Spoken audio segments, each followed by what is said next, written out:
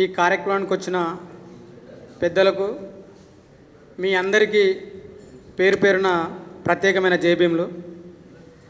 అసలు ఈ కార్యక్రమాన్ని ఎందుకు ఏర్పాటు చేద్దామనే ఆలోచన మాకు వచ్చినప్పుడు ఈ మధ్య ఏ న్యూస్ పేపర్ చూసినా ఛత్తీస్గఢ్లో ఎన్కౌంటరు 20 మంది చనిపోయారు, 30 మంది చనిపోయారు తప్ప అసలు వేరే అంశం వస్తలేదు.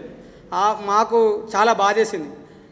ఉద్యమాలకు నిలమైన ఉస్మానియా యూనివర్సిటీలో అసలు ఇన్ని విద్యార్థి సంఘాలు ఉన్నాం, మనం శాంతి చర్చల మీద మాట్లాడకపోవడం అంటే మన గొంతు మనం కోసుకున్నట్టు అనే ఆలోచన వచ్చి మేము అన్ని విద్యార్థి సంఘాలుగా మేము ఏం చేసినామంటే మనం ఖచ్చితంగా శాంతి చర్చల మీద మనం మాట్లాడాలని చెప్పి ఈ కార్యక్రమాన్ని నేను వాజన్న కొంతమంది మిత్రులను కలిసి ఏర్పాటు చేయడం జరిగింది.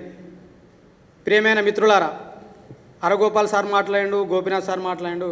అసలు శాంతి చర్చలకు సార్ వాళ్ళకు సంబంధం లేదు. ఎందుకు అంటే సార్ వాళ్ళ జీవితం ఆల్మోస్ట్ అయిపోయింది. ఎక్కువ రోజులు బతకాలని మనం కోరుకుంటాం, కానీ దాన్ని మనం ఏం చేయలేము.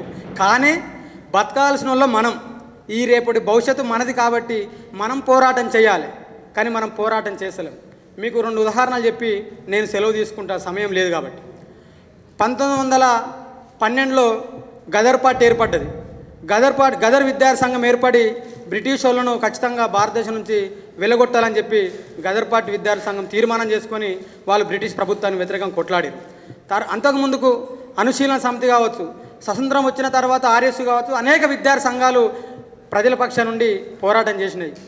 ఇప్పుడు శాంతి చర్చల విషయంలో మనం విద్యార్థులుగా మన పాత్ర కీలకంగా ఉండాలి. మనం ఇక్కడ ప్రజలందరూ శాంతిగా ఉండాలి. ఏకపక్షంగా దాడులు జరుగుతున్న మావోయిస్ట్ పార్టీ మీద మనం ప్రభుత్వం మీద ఒత్తిడి తీసుకురావాలి. మనం ఇక్కడ మీటింగ్ పెట్టుకుంటే శాంతికి వ్యతిరేకంగా ఏబీ విద్యార్థి సంఘం బయట ర్యాలీ తీస్తుంది. మీ ముందు ఒక ప్రశ్న వేస్తున్నా, మనిషిని ప్రేమించలేని వాడు ఎవడైనా వాడు ఉగ్రవాదే. వాళ్ళు ఉగ్రవాదులా, మనం ఉగ్రవాదులమా? వాళ్ళు కదా ఉగ్రవాదులు. మనిషిని ప్రేమించాలి, ఇరు వర్గాల మధ్య శాంతి రావాలి, ఈ దేశం శాంతిగా ఉండాలని చెప్పి మనం శాంతి చర్చలకు విద్యార్థుల పాత్రను మనము ప్రజల ముందు, సమాజం ముందు మనం పెడితే శాంతే వద్దు, మనుషులందరినీ చంపేయాలని చెప్పి వాళ్ళు ర్యాలీ తీస్తారు. సార్ అన్నట్టు, పెద్దవాళ్ళు మాట్లాడినట్టు ఈ దేశానికి ప్రధానమంత్రి నరేంద్ర మోడీ అంటారు, హోంమంత్రి అమిత్ షా అంటారు. కానీ మొన్న ఇండియా పాకిస్తాన్ యుద్ధంతో ఈ దేశ ప్రధానమంత్రి ట్రంపే, ఈ దేశ హోంమంత్రి కూడా ట్రంపే. నరేంద్ర మోడీ, అమిత్ షా వాళ్ళ చేతిలో పవర్ ఉందని నేనైతే అనుకుంటలేను. అందుకే అరుంధతి రాయ్ ఒక మాట అంటది, ఈ దేశంలో నడిచే పార్టీలన్నీ కంపెనీల పార్టీలే అన్నది, ప్రజల పార్టీలు కాదని చెప్పింది. కాబట్టి ఈ దేశంలో ప్రజల పార్టీ ఉందంటే అది ఒక మావోయిస్ట్ పార్టీ. ఎందుకంటే సార్ గోపీనాథ్ సార్ మాట్లాడినట్టు మావోయిస్ట్ పార్టీ ఉన్న వాళ్ళు ఏడ భూములు కబ్జా చేసిరు, 100,000 ఎకరాల భూములు లేవు కదా మన అమిత్ షాకు వీళ్ళకు ఉన్నట్లు. కాబట్టి ప్రజల కోసము తమ జీవితాన్ని, తమ యవ్వనాన్ని ధారపోసే ఏకైక పార్టీ మావోయిస్ట్ పార్టీ.